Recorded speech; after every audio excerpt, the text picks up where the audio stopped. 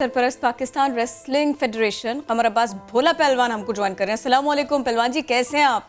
Please पहले हमें थोड़ा सा ये समझाएं, ये थोड़ा सा ना अभी इस वक्त ये समझने की भी ज़रूरत है, कोटा क्यों कर ज़रूरी है एक पहलवान के लिए। सरकारी महकमों में भर्तियां हुआ करती थी, ये कितना इम्पोर्टेंट था और अब क्यों नहीं हो रही? सर, इन दोनों बातों का ज़रा जवाब तो दीजिए।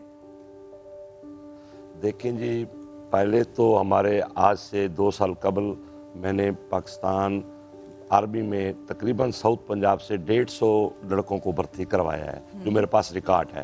तो अब जो फेडरेशन आई हुई है, मैं एक्स सरपरस्त आला हूँ, तो अब जो नई फेडरेशन आई है उसका किरदार होना चाहिए। क्या वो पहलवानों के लिए क्या कुछ करना चाह रहे हैं? वो भी कुछ नहीं कर रहे। और जो मौजूदा हुकूमत है, इन्होंने तो एक तो इस इदारे की तरफ देखा ही नहीं है, स्पोर्ट्स डिपार्टमेंट की तरफ, जो पंजाब स्पोर्ट्स बोर्ड की तरफ देखा ही नहीं है। ना कोई फंडिंग है, ना खाड़े के, किसी भी स्पोर्ट्स में कोई तवज्जो नहीं है।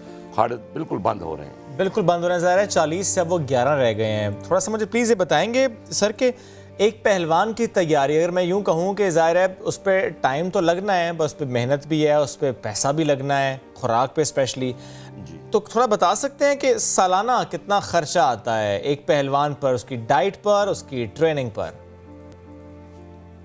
अगर कम से कम एक पहलवान अगर सही जिसे पहलवान मुल्क के लिए नाम रोशन करने के लिए उसे तैयारी कराई जाए तो 60,000 रुपया पूरे एक महीने का खर्चा है। एक महीने का खर्चा है 60,000 रुपये? 60, ठीक सर, कम से कम महंगाई के दौर में अब कम से ओके सर। लेकिन मुझे ये बताइएगा, जब हम देखते हैं कि 40 अखाड़े थे पहले, अब रह गए हैं 11, ज़ाहिर है दैट क्लियरली शोज़ कि कोई तवज्जो नहीं दी जा रही है इस पर, बट स्टिल कोई ऐसा महकमा है जहां से आपको सपोर्ट मिलती है? फेडरेशन इस सिलसिले में कर क्या सकती है, ये भी बताएं, है ना?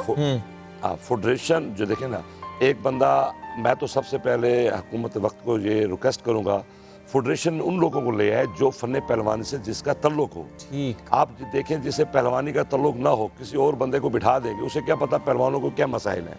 जो पहलवानों को बिठाएंगे तो उन्हें पहलवानों को मसाइल का पता है, तो नए लोगों को पता ही नहीं है। वो तो अपने एक आज़ादारी बना के बैठे हैं, उस चेक एंड बैलेंस नहीं है।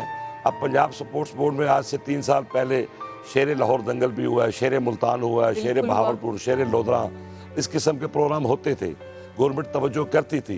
ये तो अभी हुए स्पोर्ट्समैन है, ये इवेंट्स तो कोई बहुत पुरानी बात नहीं है, तो फिर कहाँ कबाहत है, कहाँ मसाइल है? मसाइल तो ये है, मसाइल उस वक्त जब एक इदारा जब तवज्जो नहीं करेगा किसी भी खेल में। अच्छा, जैसे अब रेसलिंग पीछे जा रही है, हॉकी पीछे है, फुटबॉल पीछे है, वेट लिफ्टिंग में वो मेडिसिन यूज कर रहे हैं, क्रिकेट के अलावा सारा कुछ पीछे है, तवज्जो नहीं है, पीछे लगती है जी। लेकिन नहीं, देखिए अगर बात में वजन होना तो उसको मनवाना थोड़ा आसान हो जाता है। अगर तो फेडरेशन के लिए आप ये साबित करें कि ये रेलेवेंट लोग नहीं है और ये वो मकामात हैं कि जहां पर इन्होंने वर्किंग नहीं की, क्या इससे बात बनेगी? या फिर असल मसला ये है कि कोटा जो है ना वो नहीं प्रॉपर्ली मिल पा रहा या वो बंद किया जा रहा है? ये दोनों मसाइल है या इनमें से कोई एक है? ये प्लीज क्लियर करें जरा। अच्छा, इस बात को अब तो फिलवक्त ये होता है, जो बंदे नुमाइंदे होते हैं ना, वो अपना हक लेते हैं। पाकिस्तान में हक लेने से मिलता है, घर बैठने से नहीं मिलता। पाकिस्तान है हमारा मुल्क, ये अभी तक मिल रहा था, नई फेडरेशन के आने से पहले तक सब कुछ स्मूथ था, होता था। और हमारे 2011 में मुजफ्फरगढ़ में एक हमारा नौजवान है जो पाकिस्तान आर्मी से ताल्लुक है, उसका नाम अजहर पहलवान है, उसने कॉमनवेल्थ में मेडल लिया है। ठीक है, अब तो हालात बिल्कुल जो दिन आ रहे पीछे जा रहे हैं। नहीं, मैं अभी भी समझ नहीं पा रहा सर। आपने भी खुद कहा हक लेने से मिलता है, आपने खुद कहा फिर अपने लिए फाइट करनी पड़ती है। यही पहले करते आए हैं और यही अभी भी करना होगा, ऐसे ही लग रहा है। तो फिर मसला क्या है? बिल्कुल, देख पता क्या है, इस वक्त ना ही हुकूमत की तवज्जो है जो मैं देख रहा हूँ, ना ही हुकूमत की सर कभी तवज्जो रही है वैसे माजी में?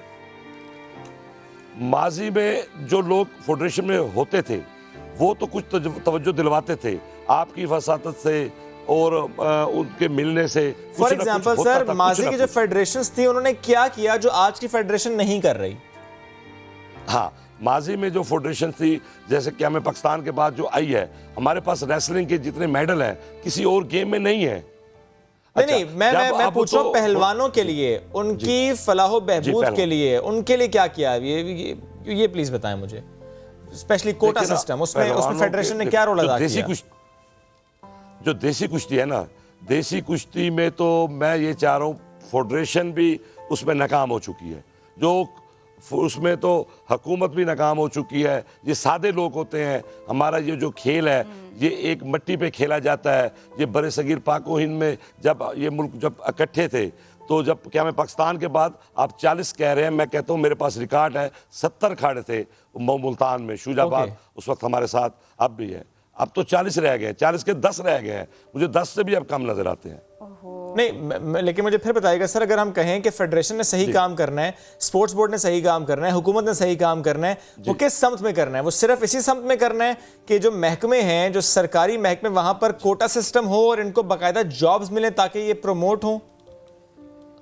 हाँ बिल्कुल, देखिए जी, आर्मी में, वापडा में, रेलवे में पहले कोटा था, अब तकरीबन 4 साल से वो कोटा बंद हो गया है। किसी किस्म का कोई बच्चा उधर ये इंपॉर्टेंट पॉइंट है सर जो आप रेज कर रहे हैं कि 4 साल पहले तक मामलात सही थे, 4 साल में ये कोटा सिस्टम बंद हुआ है, बंद हो गया। कोई बच्चा, इसका जो बर्डन है जॉब नहीं मिलेगी, वो सीधे सीधा अखाड़े पर आया है और पहलवान पर खुद आया है, क्योंकि नौकरी उसके पास नहीं है, इवेंट्स कम से कम होते हैं और उसका खर्चा ज्यादा है।